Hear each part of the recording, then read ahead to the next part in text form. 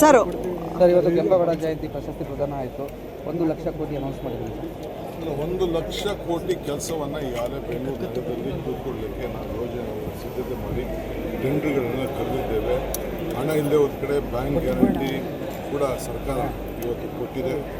Metro ಇರ್ಬೋದು, peripheral ring road ಇರ್ಬೋದು, flyover ಇರ್ಬೋದು, ಟನಲ್ ಇರ್ಬೋದು ಮತ್ತು ಬೇರೆ ಬೇರೆ ಅನೇಕ ಯೋಜನೆಗಳಿಗೆ ಈಗಾಗಲೇ ನಾವು ಕೊಟ್ಟಿದ್ದೇವೆ. ಸೊ ಅದಕ್ಕೆಲ್ಲ ಕೂಡ ನಾವು ಈಗಾಗಲೇ ರೂಪವನ್ನು ನಾವು ಮಾಡಿದ್ದೀವಿ. ಸರ್ ಸ್ಟೇಡಿಯಂ ಮಾಡೋ ಪ್ಲ್ಯಾನ್ ಮಾಡಿದ್ದೀರಾ ಸರ್? ಖಂಡಿತ ಒಂದು ಬೆಂಗಳೂರಿಗೆ ಮತ್ತೊಂದು ಸ್ಟೇಡಿಯಂ ಬೇಕು, ಭಾಳ ದೊಡ್ಡ ಸ್ಟೇಡಿಯಂ. BDAದು ಜಾಗ ಇದೆ, ಆ ಜಾಗನ ಗುರುತಿಸಿದ್ದೇವೆ. ಎಲ್ಲೆಲ್ಲಿ ಸರ್? ಎಲ್ಲೆಲ್ಲಿ ಸರ್? ನಾನು ಅದನ್ನೆಲ್ಲ ಈಗೆಲ್ಲ ಹೇಳೋಕ್ಕಾಗಲ್ಲ. ಅಲ್ಲ ಸರ್, 2 ಜಾಗ ಅಂದ್ರಲ್ಲ, ಯಾವ್ಯಾವ ಜಾಗ ಐಡೆಂಟಿಫೈ ಮಾಡಿದ್ದೇವೆ. ಯಾಕೆಂದರೆ ಮಿನಿಮಮ್ 40ರಿಂದ 50 ಎಕರೆ ಬೇಕಾಗಿದೆ. ಸ್ಟೇಡಿಯಂ ಮಾಡೋದಕ್ಕಿಂತ ಪಾರ್ಕಿಂಗ್ ವ್ಯವಸ್ಥೆ ಕೂಡ ಮಾಡಬೇಕಾಗಿದೆ, ಕನೆಕ್ಟಿವಿಟಿ ಮಾಡಬೇಕಾಗಿದೆ. 2 ಜಾಗ ಐಡೆಂಟಿಫೈ ಮಾಡಿದ್ದೇವೆ, ಸೌತಲ್ಲಿ ಒಂದು, ನಾರ್ತಲ್ಲಿ ಒಂದು. ಆಮೇಲೆ ಸದ್ಯದಲ್ಲೇ ನಿಮ್ಗೆ ತಿಳಿಸ್ತೀನಿ.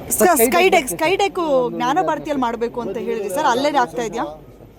ಲೀಗಲ್ ಇಶ್ಯೂಸ್ ಮೊನ್ನೆಲ್ಲ ಇವ್ರನ್ನ ನೈಸೂರ್ ಹತ್ರ ಲೆಕ್ಕದಲ್ಲಿ ಮಾತಾಡಿದ್ದೀನಿ, BDOನ ಕರೆದು ಮಾತಾಡಿದ್ದೀನಿ. ಈಗ ಜಾಗ ಆಗಿದೆ, ಇನ್ನೊಂದು ಜಾಗ ಇತ್ತು. ಸ್ವಲ್ಪ ಆದಷ್ಟು ಮೆಟ್ರೋ ಹತ್ರ ಇರುವಂಥ ಜಾಗನ ಫೈನಲೈಸ್ ಮಾಡಿ. ಅಂದರೆ ಜ್ಞಾನ ಭಾರತಿ ಕ್ಯಾನ್ಸಲ್ ಆಯ್ತಾ ಸರ್?